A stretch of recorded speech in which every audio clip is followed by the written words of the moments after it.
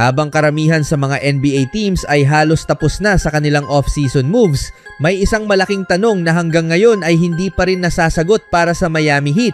Sino ang magiging huling mahalagang piraso ng kanilang lineup? Pero ang mas nakakagulat, kahit wala pa ang sagot sa tanong na iyon, tila hindi na ito iniintindi ni Heat head coach Erik Spoelstra. Sa katunayan, mas excited pa nga siya kaysa dati. Sa isang panayam nitong Biyernes, ipinakita ni Spoelstra ang kanyang kumpiyansa sa kasalukuyang roster ng Miami.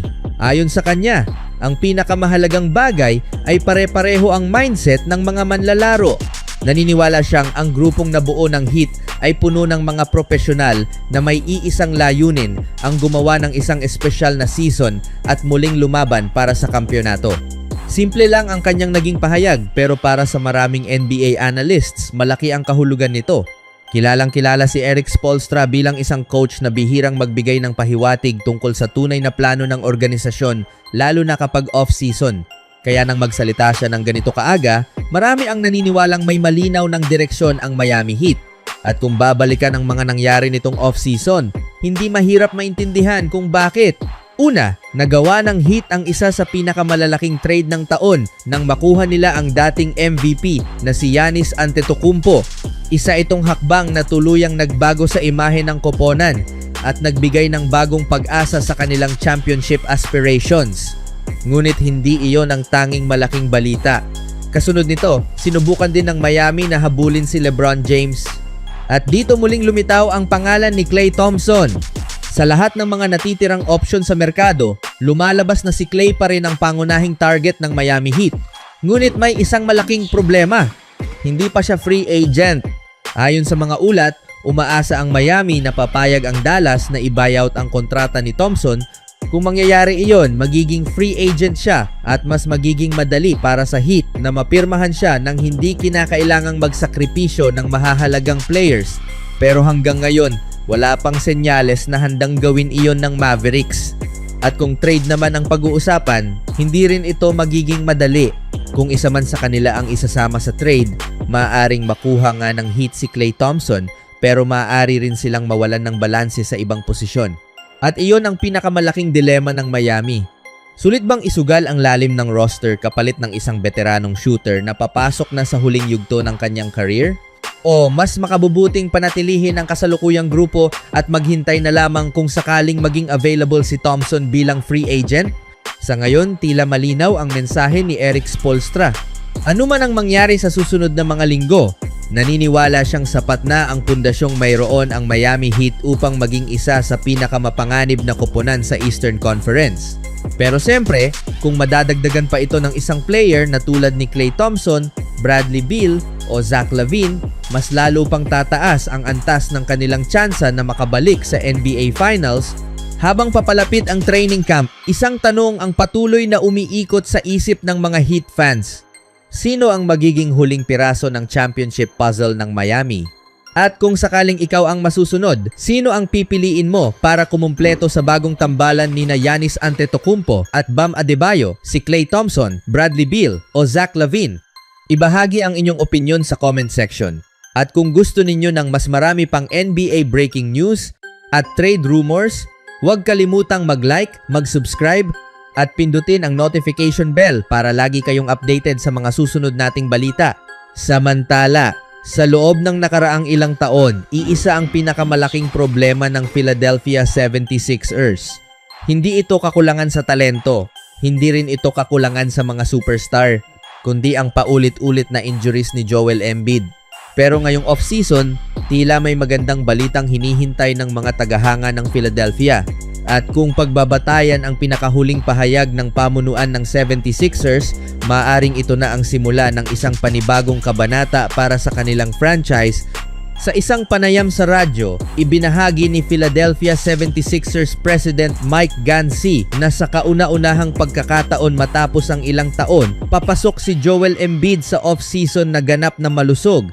Ayon kay Gansey, wala nang anumang restriction si Embiid sa kanyang pag-iensayo.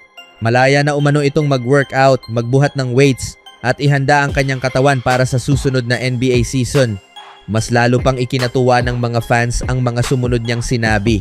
Ayon sa kanya, Halos 5 beses kada linggo ang weight training ni Embiid.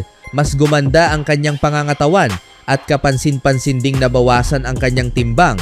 Sa madaling salita, mas fit at mas handa umano ngayon ang dating NBA Most Valuable Player kaysa sa mga nakaraang off-season.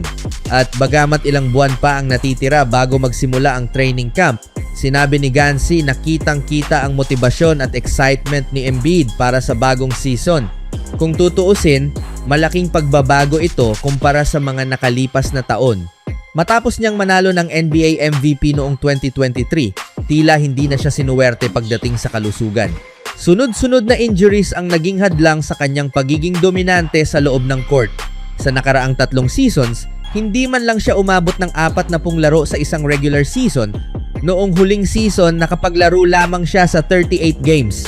Gayunpaman, kahit limitado ang kanyang appearances, nagawa pa rin niyang mag-average ng halos 27 puntos, mahigit 7 rebounds at halos 4 na assists kada laro. Patunay lamang ito na kapag nasa loob ng court si Joel Embiid, isa pa rin siya sa pinakamapanganib na players sa buong NBA. Ngunit ngayon, tila mas malaki ang dahilan niya upang manatiling malusog. Dahil ngayong off-season, hindi lang basta pinalakas ng Philadelphia ang kanilang roster. Nagawa rin nilang makuha ang isa sa pinakamalalaking pangalan sa kasaysayan ng basketball, si LeBron James. Kasabay pa nito ang blockbuster trade na nagdala rin ng panibagong lakas sa koponan. Dahil dito, naniniwala ang pamunuan ng 76ers na hindi na kailangang akuin ni Embiid ang buong responsibilidad gabi-gabi. Ayon kay Mike Gansi, mas magiging balanse na ang kanilang opensa. Sa halip na umasa lamang kay Embiid, maaari nang magpalitan ang kanilang mga bituin bilang pangunahing option depende sa kalaban at sitwasyon ng laro. Dahil dito, mas magiging madali ring i-manage ang kanyang playing time. Plano ng 76ers na maging maingat sa paggamit kay Embiid sa buong regular season. Mas mahalaga ang isang malusog na Joel Embiid sa playoffs kaysa sa sobrang pagod na Embiid sa regular season. May isa pang detalyeng ibinahagi si Gansi na lalong nagpataas ng excitement ng mga fans. Ayon sa kanya, nagkaroon na umano ng ilang pag-uusap sina Joel Embiid at LeBron James bago pa man tuluyang mabuo ang kanilang pagsasama sa Philadelphia. Malaki raw ang naitulong ng mga pag-uusap na iyon sa proseso ng pagre-recruit kay LeBron. Naalala rin ni Gansi ang naging samahan ng dalawa noong Olympic competition kung saan ipinakita nilang kaya nilang bumuo ng napakagandang tandem sa loob ng court. Para sa kanya, hindi na kailangang pagdudahan ang talento ni Embiid. Sa katunayan, sinabi pa niyang maaari itong ituring na isa sa pinaka-talented na big men na nakita ng laro ng basketball. Ngayon, ang pinakamahalagang hamon ay hindi na kung kaya bang mangibabaw ni Joel Embiid. Ang tunay na tanong ay kung mananatili ba siyang malusog hanggang sa pinakamahalagang bahagi ng season. Dahil kung magagawa niya iyon at kung magiging maayos ang pagsasama nila ni LeBron James, maraming naniniwala na maaaring maging isa ang Philadelphia 76ers sa pinakamalaking banta sa paghabol ng NBA Championship sa darating na season. Sa papel, kumpleto ang talento. May sapat na karanasan. At ngayon, mukhang mayroon na rin silang pinakamahalagang sangkap na matagal nilang hinintay. Isang malusog na Joel Embiid.